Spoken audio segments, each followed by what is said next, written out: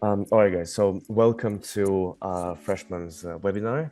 It has been a while since the last time that we did something like this, and thus we have so much of interest. We had around 400 people who signed up, and then we could not even reach out to everyone. So we decided to essentially, like I said, get ourselves a webinar subscription and get as many people on board as possible. In general, Freshman has operated in a way where we worked one-on-one, we spoke with people one-on-one, and that has limited us in terms of our ability to communicate our positions, our opinions, our judgments about the admissions field and beyond. A webinar situation is the best approach in doing so, in communicating to as many people as possible in one session. So today, our focus is on the freshman method and something that we have been polishing all the way since 2019 and even earlier than that. So let me run you through the agenda for today. So first we'll touch upon the freshman story. And for those of you who don't know it, there are quite a few people who just joined freshman in the past year, people who have no clue what freshman is all about and what defines freshman. And I do think that the history of freshman is very representative of what we're trying to achieve, of where we're heading, and the principles and values that we have adopted in the past years. Then we'll talk about freshman team, and freshman team is quite extensive. I will talk about some of the people who you will be working directly with for the admissions program specifically, but also some people who are kind of focusing on different projects within freshmen. We'll also talk about who gets in and what are the kinds of profiles that universities are typically admitting and the kinds of profiles that we've worked with. And those are not the same. Sometimes they were, sometimes they were not. Then we'll talk about freshman's formula and the freshman's method. Then I will talk about the admissions program as the extension and the practical manifestation of the freshman's formula and freshman's method. And then we'll end up with a few to-dos, because quite a few of you guys are asking how to join freshman, what's the approach there. And I understand that right now, a lot of you have a perception that you need to do nothing short of magic to be able to join freshman, to send a letter somewhere physically, or and the reason why we are in the situation that we are right now is because there's so much demand, but with admissions, it's the supply that's the problem, to be able to get people on board who would be able to execute on such a high level and support students on such a high level. And thus, we had all the challenges in terms of admitting people. But in any case, we're doing our best, and I will talk more about it right now. So the freshman story is in some ways linked to my own story that started in 2016. It's actually wild to recognize and admit that it has been almost 10 years since my first step into the admissions field. So in 2016 was my first round of applications, from 2016 to 2017. Back then, in the country where I'm coming from, in Uzbekistan, and in Samarkand in particular, which is not a capital, we had probably 15 to 20 students who were taking SATs on every exam date. Overall, I would say no more than 80 people from the entire country. And the country is quite big. It's at the time it was 35 million people. So back in the day, I got my IELTS 8, and I thought that that's it. That's my golden ticket into Harvard's and Yale's. And unfortunately, that was very much not the case. In my first year, I got rejected from every school, every university I applied for.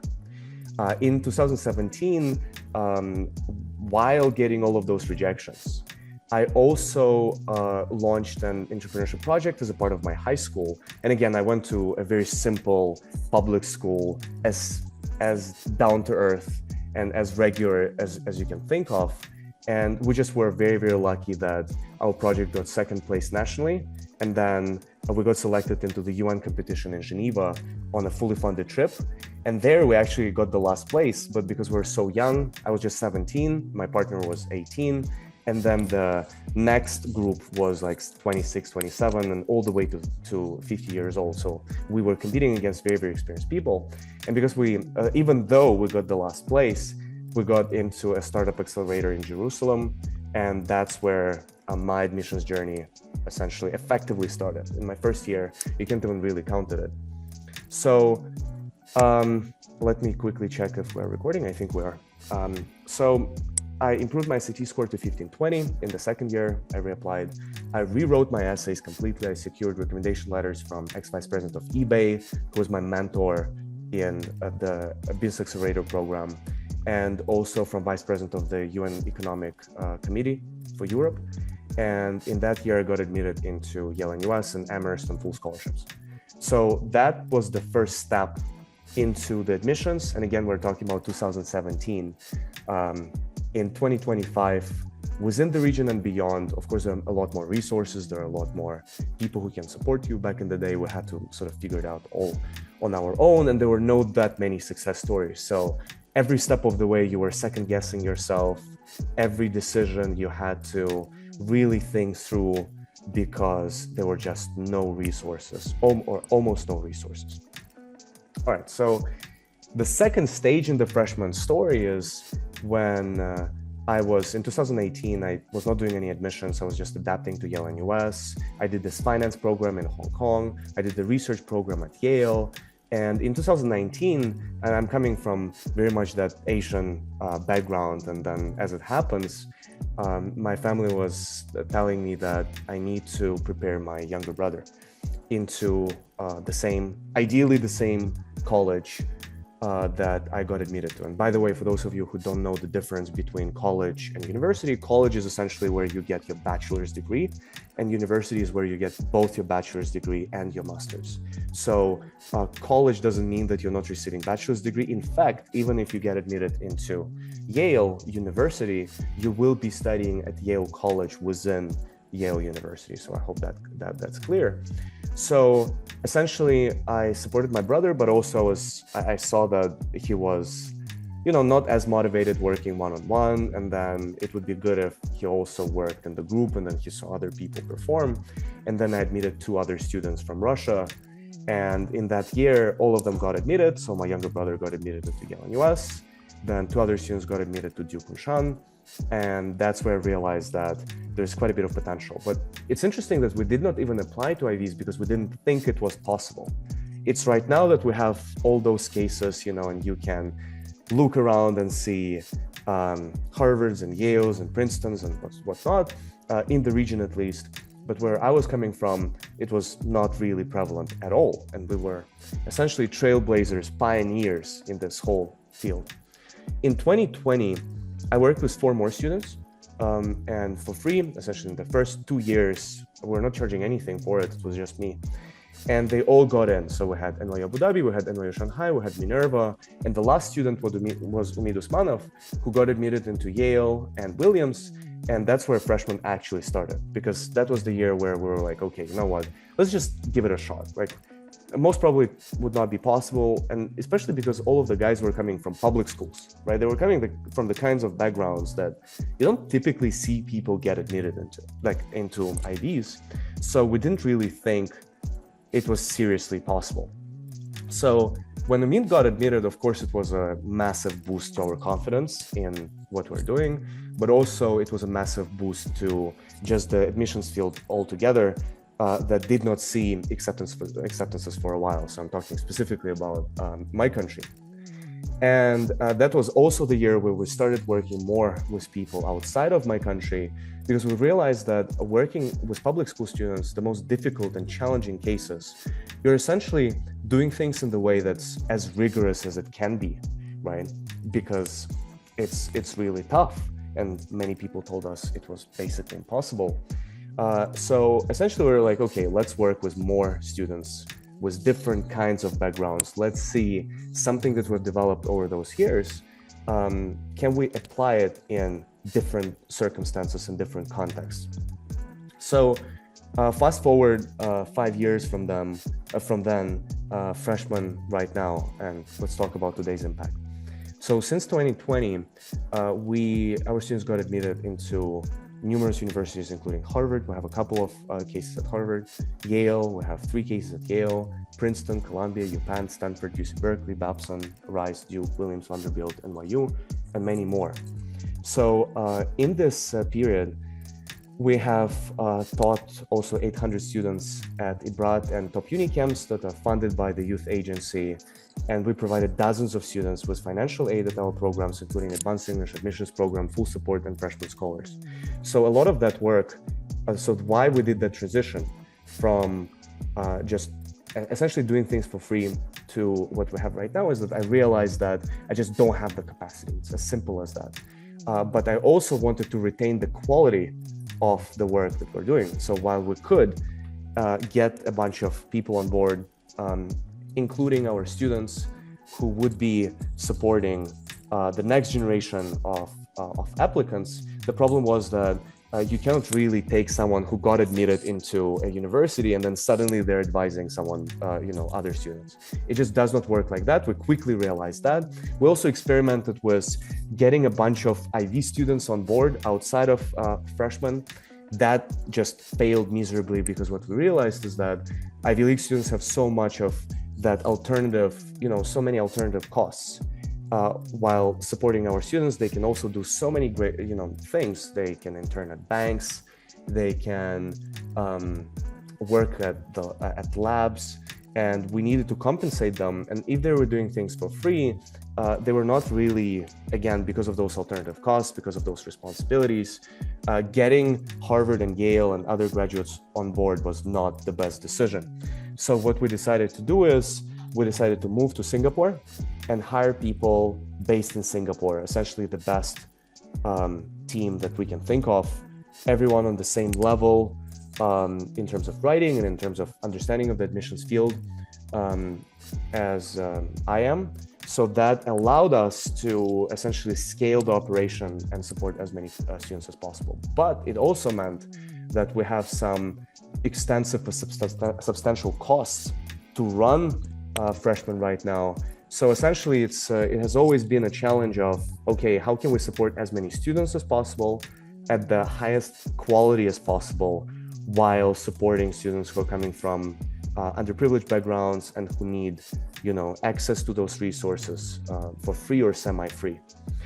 Which also means that in our support, we rarely have merit-based scholarships. We have need-based aid, and we try to support students who absolutely cannot afford what we're doing here. So that's the evolution of freshmen, essentially, right? Something that started just as a hobby, as something that I did in college, to something that we're building right now, which is one of the most robust alumni networks in the world, people coming from all sorts of backgrounds and studying together and building something incredible together. The community is very close-knit, and then you can see a lot of freshman students establishing let's say Central Asian clubs. In almost every top school, there's a Central Asian club right now, traveling to one another and supporting one another. So one of the major shifts at Freshman and the freshman's evolution was from I'm trying to understand how to get in to ensuring that our students succeed once admitted. And that's a massive difference, right? Because at this point, Freshman does not really, we don't wake up and think, okay, how do we get people? Like, of course, that's one of the questions, but it's not the primary question. The primary question is, how can we connect people with the universities and experiences that they truly need to advance something bigger, some other goal in their life? Because ultimately, okay, you got admitted into Harvard, you got admitted into Yale. It would be potentially a surprise to you guys, but there's quite a bit of a difference between the brand of Harvard and Yale and the experience. And a lot of students get admitted without understanding what really are they signing up for. They don't know much beyond the Yale brand, the Harvard brand, the Nobel Prize professors, the full scholarships and everything. So they end up not really enjoying the experience. They end up really kind of miserable in those universities. And this is something, of course, that we have observed firsthand. We've seen students succeed in college. We've seen students not really enjoy it that much. So for us, it's equally important to get people admitted, but also it's important that they actually succeed once they get admitted. So a little bit about the freshman team. Like I said, you cannot build something like Freshman with a bunch of part-timers and a bunch of students who just got admitted. Of course, people who just got admitted can be great assistants. They can even slowly develop those writing skills and those skills of advising someone on the most important questions of their lives, really. But a lot of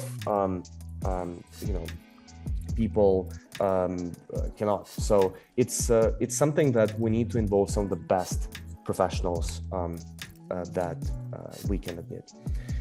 So, of course, there's me, there's Dr. Luciana Kirakasyan, who has been with freshmen for a while now.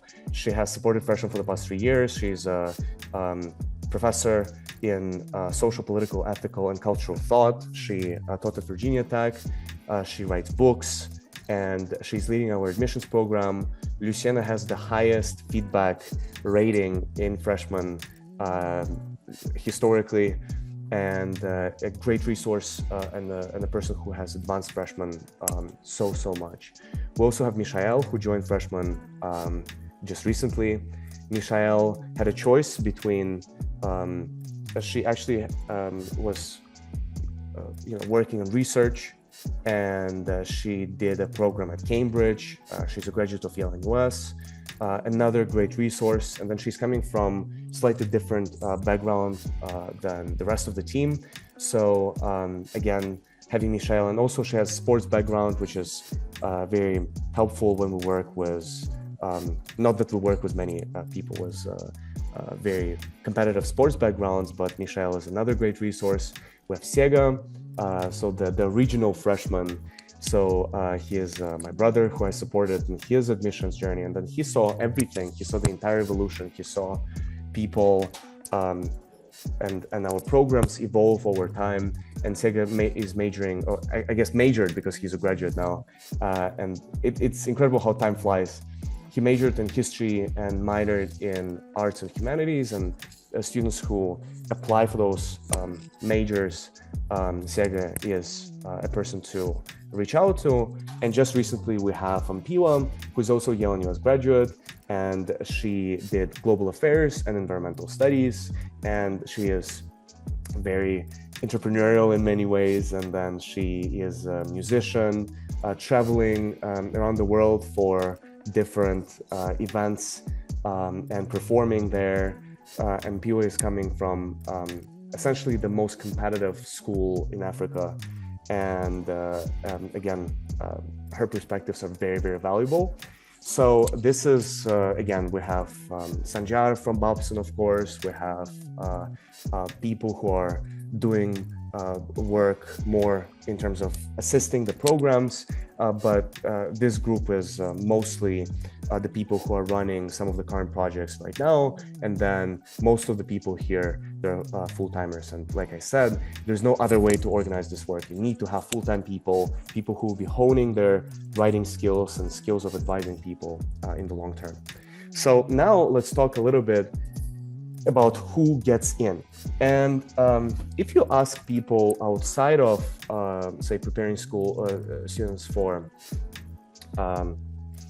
from public schools, if you ask people, because most of, again, if you look into Yale and Harvard, we're talking about private school students with a bunch of resources. So if you ask outside of the organizations that support public school students, you will get this response. So typically, students who get admitted, they possess one of the following characteristics. First of all, they graduated from a prestigious public or private school, from a very competitive one. They got the IB diploma or took AP courses, so they did A levels, right? They won in state level and international Olympiads. They completed an internship in a recognized company, or they have extensively traveled around the world, or they have lived in the US for some time before applying, right? You can see other organizations offering support in all of those dimensions, right? Oh, pay us, let's say, I don't know, 5 to 10K, and we guarantee you an internship at, I don't know, PwC. Oh, you really need to understand how the Ivy League universities work, so get this trip to, I don't know, Harvard during summers. Or, do AP courses, because without AP courses, there's no chance that you can get admitted. And of course, having all of those or some of those points is a massive advantage. However, it's not really the full picture of how those institutions and how those universities work. And while generally those are the kinds of profiles that get admitted, if you're not coming from those profiles, it doesn't mean that necessarily the road to those, the path towards those top universities is closed for you. So what is the typical timeline within the traditional approach to admissions? So typically you gain your foundation through the 3 years of your high school in a private school. And in this time, you're essentially actively building your academic profile. You have your SATs, you have your high GPA, you do A levels, you do IB program, you gain advanced English skills, and then English just beyond those exams, IELTS and SATs, right? You write essays. You also gain outstanding experiences. If you're going to a prestigious private school, that is something that those schools facilitate. You also have extensive writing portfolio through all sorts of writing, right? Because the curriculum is so rigorous, and also you build communication skills and you get the global exposure by studying with other students coming from different backgrounds. And when all of that is done, after that, you essentially do the execution part, which is how to put all of that together in a single complete application.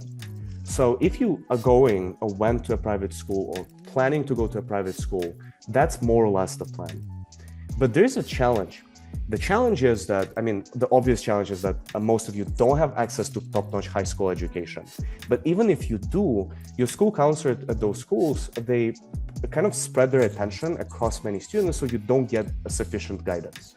So if you, let me go back to the previous slide. If you did go to a private school, you will have a problem with stage 2, which is execution. If you don't go to a private school, you will have a problem all across with stage 1 and stage 2. Right? So that would be your challenge. So in any case, you're kind of underserved. You don't get enough of resources, even in some of the top high schools. And trust me, we would know, because in the past years, we've worked with UWC students. We have a UWC student in our full support program right now. And then a lot of the information even that we shared, not to mention even the skills and then the level of and I will get to that later, to the freshman method later. That student, saw quite a bit of value in those programs. So what is freshman's perspective when it comes to who gets in? Because like I said, not all of you would have access to IBs and APs and everything. And even if you do, you will struggle quite a bit in terms of how to put it all together. So freshman students admitted to top universities, they were admitted from all sorts of backgrounds, and I mean it. They were admitted from public schools in villages, in remote areas with barely any internet access. They were admitted from I don't think there are any Olympiad winners from freshmen who got admitted. So we work exclusively with, and it doesn't mean that we cannot work with Olympiad winners, but it's just a testament to, again, the rigor of that approach. We also work with students who are passionate about at least one area of expertise, and students who are committed to excellence in what they do. And I understand that all of it might seem kind of abstract, right? And that's why it's so difficult to understand. That's why students who are outside of freshmen think of freshmen as some form of, something that's unclear, because a lot of the times when we give advice, that advice is kind of abstract, committed to excellence, and what the heck does that mean? If you told me, okay, get IB to 43, or if you told me to get SAT to 1590, that would be a very straightforward response, but you're kind of evading the question and you're giving us very broad pointers. And of course, that perspective, it's very understandable, and that's why we have that webinar right now. But ultimately, you would understand that none of the things that I mentioned before, IBs, APs, none of them they're important, but they're non-essential in getting admitted. And we know that because, again, we had students who applied without SATs or A levels. We had students who applied, just our recent student who got admitted into Ivy League University. She applied with 1480 or something along those lines and got admitted on a full ride, coming from public school with no APs and everything. So we worked with all sorts of cases, and we work with students with IBs. So what does all of that mean? So first of all, on the academic front, the universities don't just care about your SATs and IELTS, and of course they do care about those, but they care about your profound appreciation for academics beyond those exams. Most of the students who get, and prepare for SATs and IELTS rigorously, they become kind of IELTS and SAT minded. So they get stuck in those formulas and templates and blocked thinking. And this is not really what, Yale and Harvard is looking for. Ultimately, the reason why they're looking for those high, scores on those exams, they're doing that reluctantly. They really want to measure your appreciation for academics, not the, preparation for a test. There's a difference between being really prepared for the test and then really understanding why you need academics. Some of the, students who we worked with who got the highest SAT scores, you ask them, why do you want to go to college? Why do you need a university experience? And then they would tell you, oh, I just want connections and I want to study with kids of, rich and affluent people. And it doesn't really make sense because ultimately you go to a university to study, right? The academic experience is the most important part of the education. So by being that IELTS and SAT minded, it's something that goes into your application. So ultimately, the first thing that we work on is to push people outside of the SATs, outside of the IELTS exams, and make them think about academics on a much deeper level. Then extracurricular activities. And this is something that's very popular in, I would say, even some countries where there is this kind of field professional orientation, prof orientation. And then typically experts in prof orientation are sort of telling you about CVs and how to sort of build impressive extracurricular activities. What happens is that people take up things that they're not really very passionate about, and it really shows in supplementals and interviews across your application because there's basically nothing to talk about. Sure, you interned at Apple, but then you don't have anything meaningful, any meaningful observations or comments or to bring on the table. So ultimately, there's not that much value in that. You can make the most impressive extracurricular list, but if you cannot bring up a lot of interesting examples and perspectives from those experiences, it's almost as good as not having them in the first place. So that's the second aspect of freshman's work. Then there's also a cultural aspect and something that is so widely missed by people. And this is something that's almost infuriating because people focus so much on SATs, on IELTS and everything, but the cultural aspect is essential. You need to recognize that when we talk about Harvards and Yales and all of those top schools, we're talking about very diverse global spaces. And if you're coming from a small place, right? If you're coming from an underrepresented place, it's almost guaranteed that you'll have perspectives and you'll have opinions that are very popular in your location, in your locality, but in the global environment, they will not be as popular because in the global environment, people share ideas and you get some sort of, and again, I don't want to use the word global dialogue because what global dialogue is a bunch of essentially, let's call it for what it is, institutions with a bunch of resources, or you can call them elitist institutions, I guess if we're choosing a more neutral word, and then them communicating. So when you're going to Harvard and Harvard claiming that, oh, we have very diverse student body, of course it's true to some extent, but also it's diversity within privilege. It's diversity within people with a bunch of resources who could prepare for those institutions. So that idea of sort of a global dialogue, and again, on the one hand, we would want to know the rules of that global dialogue, and on the other hand, we would want to bring in our local perspectives in there while also being global. So in a sense, it's some form of it's a contradiction, but not really, where you're a patriot of where you're coming from, but also you're globally minded in the sense that you can explain your locality to the people outside of that locality. So there are a lot of nuances there, but those cultural aspects in terms of understanding what is the culture, what are the dominant ideas, what is the ideology in those top universities, this is something that should not be underplayed. It's one of the most crucial elements of that admissions process. Those institutions, trying to understand if you would fit culturally, ideologically into those universities, right?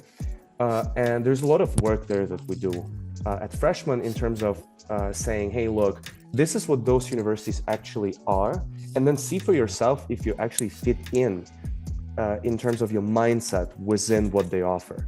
And there are also a bunch of other qualities: leadership, learnability, self-awareness, and the kind of people who admit for the freshman program, they also have those qualities at the same time. So yeah. This one is very, very important. I would advise you guys to write it down, to take notes here. Freshman method comes down to three major concepts. The first one is your experiences. What unique exposure, professional exposure or academic exposure, have you gained, right? And this, again, this is something you cannot fake. If you have a relative or a friend who owns a big company, and then that person tells you, hey, look, we can actually write in your CV that you worked in our company as the chief of marketing, and that would be very, very impressive. And let's say you did it, you put it in your CV and you apply with that. Unless you actually went through all the processes of leading a marketing team, you would not have much to talk about. You would not have many observations. So nobody would actually believe that. Because ultimately, if you talk to, let's take any profession, a marketing specialist who did it for a week and who did it for 2 years, there would be a massive difference about how they talk about their experiences. Why? Because one firsthand experienced something, and then the other just, had very, very little exposure. Experiences is one of the core aspects of the freshman approach. We push people to go and do things, right? And experience things on their own, rather than just have that in their portfolio, in their CV. The second one is reflections. You can do stuff, but then you will not take note of that. So what would end up happening is that you would, experience everything, and then it would kind of go away because you would just forget about stuff, or you need to have things on paper, right? You need to accumulate critical information and experiences and perspectives from that exposure, from the experiences. And then there is the intellectual rigor, right? So when you had experiences, you wrote them down, you also need to interpret them, and you need to analyze them, right? And we can talk about that a bit later, but that aspect is something that I would say freshman is very known for. So yes, you can have experiences, you can write them down, but also we push students to interpret them in a way that is most robust, that's most interesting. And understand that, again, it sounds abstract. And let me give you a specific example. Let's imagine that you worked at a zoo. You had a first-hand experience of working as an assistant to a zookeeper, right? And one way of, and you wrote down your reflections, you wrote down your experiences. And by the end of this process, your main takeaway is that you need to be disciplined, You need to be disciplined because you need to feed bears, let's say, on time. You need to take care of, some birds and flamingos or whatnot. And you need to do it at a very, very specific time. And that is your takeaway. That's your intellectual kind of interpretation of your zoo experience. And we would push you beyond those very basic takeaways. The thing is that you should have understood what the power of discipline potentially in middle school. That's not what they would admit you for, right? Then you would talk about, let's say, not giving up. Maybe at some points it was like raining while you were going to your work, and then you still persevered. Again, it's just too basic. What freshmen would push you to do is to push you to remember some of the more, some of the observations. Like, for example, you observed that people, when a bear was just, laying just behind the glass protection, you would observe that people kind of push the bear to do something, kids and adults alike. And we would push you to potentially read something about it, and how zoo is a perfect example of power, and how humanity subjugated animals, and how we don't see animals as their own entities, that they make their own decisions, but we see animals as something that we have profoundly subjugated, that bear needs to kind of dance for you and perform for you, right? Rather than that bear is a separate entity that is outside of your control. And then with Freshman, you would write something about that, power dynamic between nature and humankind, and how that is very destructive. And you can see that, let's say, if you're applying for environmental studies, that point would be massive. So it's not only that you experience things and you also reflected on them, but you provide a very, very profound takeaway that our team would push you to do. And then maybe in the first meetings, you would bring something very, very basic, like the power of discipline, right? I mean, you don't get admitted to Harvard if your intellectual interpretation of your event, of your experiences, is the power of discipline. Literally anyone who does things on a competitive level could attest to the power of discipline. When we talk about experiences, it's also, like I said, it's not just doing anything. It's not just gaining some high-level internships. It also launching, some specific projects that make sense in terms of your application, make sense in terms of your experiences, make sense in terms of your skills. So that is also something that Freshman is doing, right? To narrow experiences down, to give advice in terms of what specific experiences people need to take up, right? And ultimately, you're the ones that are providing us feedback and information, and we sort of guide you and we push you until we feel like you're there, until we feel convinced that you're ready for the Ivy League education. And when we talk about reflections, that too, we make sure that you keep yourself disciplined in terms of taking notes of things. And if we feel like you did not fully unpack your experience, we'll push you to reflect more. So ultimately, Freshman method is, across those three things. And one danger of those webinars is, of course, that you will have people trying to claim that they know how to do that. It's a lot more nuanced than it may seem. It may appear. I can compare Freshman work to any impressive sports person, right? You see them perform and you're like, wow, this is so easy, this is so straightforward. And then you try doing it yourself and you miserably fail. That's also part of the reason why, if you take our more extensive programs, including admissions program or full support, you cannot actually teach admissions after. You cannot teach admissions writing after. It's in the contract. And why? Because again, it all comes down to your expertise and then building it through years to be able to advise people on those major decisions in their life, right? So again, on the level of principle, it might seem easy, but don't expect that everyone who is saying that they know how to do it, that they have the enough of knowledge and skills to be able to do it. And again, I would know because we have come through that, right?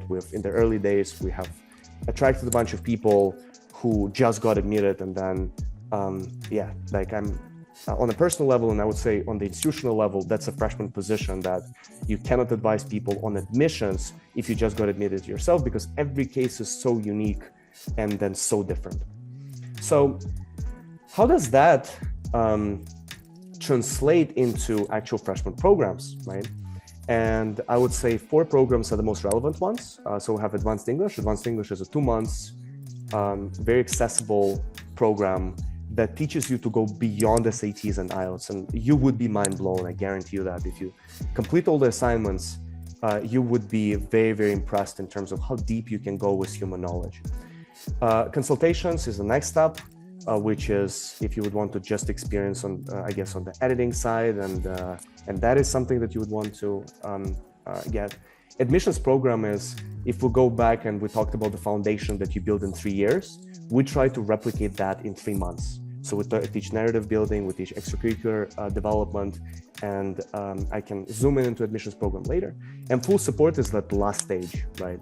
It's for students who, it's either that you took admissions program before, or you applied last year and you're reapplying and you know the admissions process really well, or you just naturally researched it so well and you know about liberal arts and lots of nuances, you build some extracurricular experiences and you need that final execution part. That's a full support, right?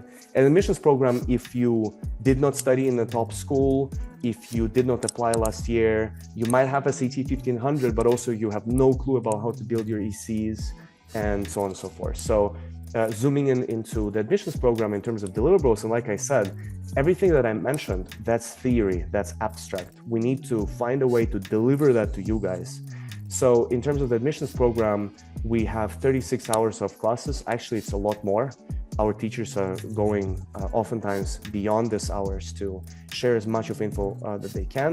So across 3 months, you essentially have a lecture and a seminar every week. You also have 15 hours of one-on-one meetings, because when we talk about extracurricular activities, when we talk about those experiences, reflections and everything, you need to meet a person one-on-one to be able to see how to direct your particular case, right? Then on the side of reflections and assignments, you write about 25,000 words of writing, and we also bring in different case studies from freshmen to teach students on some specific, examples from the past. And essentially all of our knowledge, and that's a big advantage of freshmen, is that we've seen it all. Like there are very, very few things that can surprise us at this point, because we worked with students who were both American citizens and non-American citizens. We worked with students in Central Asia and outside of it. We worked with students in the most competitive, schools possible. And when you have that, you tap into those resources, you really can tell, how to support different cases differently. So in terms of the admissions program curriculum, it's something that we have been building for years now. So you start with teaching extracurricular strategy and how to select your major. There are a lot of nuances and frameworks that go into it. But again, you still need one-on-one meetings because all of the guys' cases are very, very different. Then we talk about researching universities. And this is like 30% of your success, finding the right university that you apply for and finding a perfect fit. And this is something that, again, if you're an international student who is applying for financial aid, this is extremely difficult to do. I would say it's almost borderline gambling if you are on such a very, high level. I would say in each country, there are some number of students who can get admitted into IVs and have Ivy League sort of application. And then out of those students, maybe, and this is already like top 10% of students in any given country. Within them, I would say it's a little bit of a luck issue in terms of getting admitted. Our job is to get you into that top 10%. It's much more difficult than it may seem. And then in the first months, you do the motivational essay fundamentals, research fundamentals. Second months, you start drafting stuff. You start drafting college essay, you start drafting your college papers. And then we go deeper into the visual storytelling aspect of writing. And this is extremely difficult if you're coming from public school. And then we go into supplemental essays while, you produce college essays. And again, supplemental essays, we talk about recommendation letters, and those are very, very different depending on where you're coming from. If you're coming from particular schools, you will do it in one way. If you're coming from, let's say, a village school where teachers don't have emails, that's where you understand that the admissions scene is not built for, kids from public schools. It's built for kids from very well-funded private schools that have all of those systems in place. And then we basically finalize everything, finalize those drafts, and then we do presentations on the research or about your admissions case, and then we finalize the admission strategy, and then off you go. Again, admissions program is very extensive. It's a lot of work. It's extremely hard. It's working with some of the best students, with an extensive team, and also it's for people who need to, in a very, very short time span, boost their application to the execution stage. A lot of people are saying, okay, maybe I can skip the admissions program, maybe I can do it on your own. I mean, of course, you can try doing it on your own. Some people succeeded in that, but a lot of it, I would say, there are some natural talents, people who naturally build their application in a way that Harvards and Yales and Princetons would appreciate.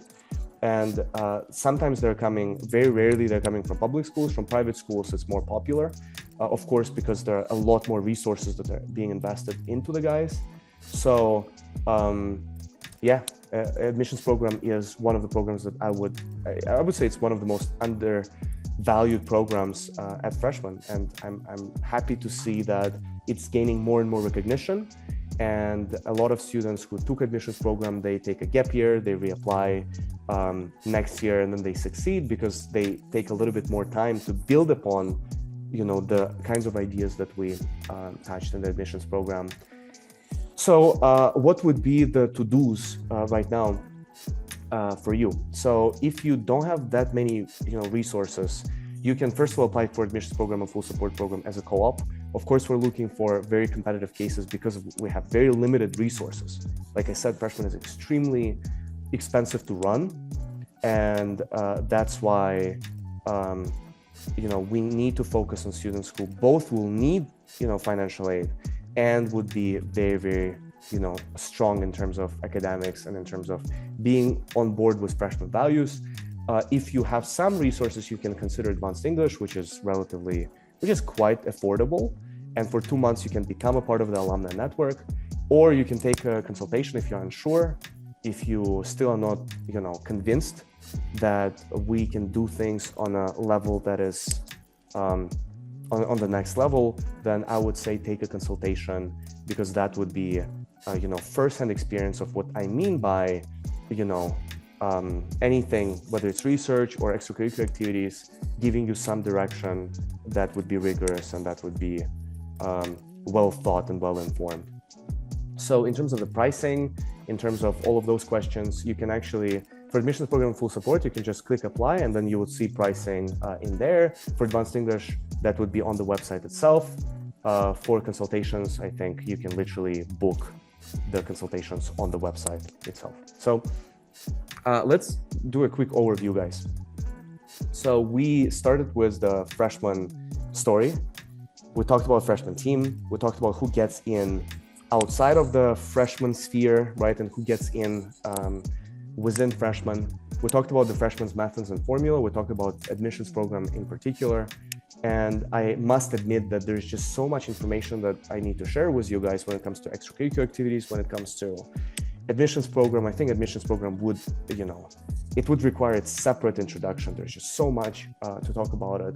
But in short, admissions program is that foundation that you're building in a private school that we aim to do in a very, very short time span. It's very interesting that the very first admissions program group that we launched in 2022, out of 15 students, we had someone who got admitted into Babson, into Stanford, into Yale, into Georgetown, Qatar, into Rhodes College, into NYU Abu Dhabi, and I'm talking about different people in there, right? So that was the first admissions program. And since then, we have really elevated the admissions program a lot in terms of its structure. We've brought more people in. We now have, let's say, checking of homework. But ultimately, of course, no matter what we do, it comes down to you and what you're able to produce, how rigorous you are, how much prior experience did you have, because we're ultimately building upon the skills that you guys have. In this process, everyone who is telling you they will walk this, they will walk this path with you, like for you, it just doesn't work like that. It really doesn't work like that. So anyone who's telling you we guarantee admission, everyone who's telling you we'll do things for you, it's ultimately not, not pushing you in the direction that you really need, which is getting ready for university. And not only the universities will not admit you, but even if something happens, maybe there's a mistake at Harvard and then they admitted someone who went in a way that was not legitimate, you would just really be miserable in college, right? So you want things to do a legitimate way, you want to build skills in the long term, you want to genuinely prepare for college, you want to get feedback and advice from people who are professionals who are doing that full time. Of course, a lot of things are not perfect, right? We don't have a sales office, right? That is something that people are surprised about. Everyone who goes into freshman, whether it's admissions program, full support, it's people who we individually talk with.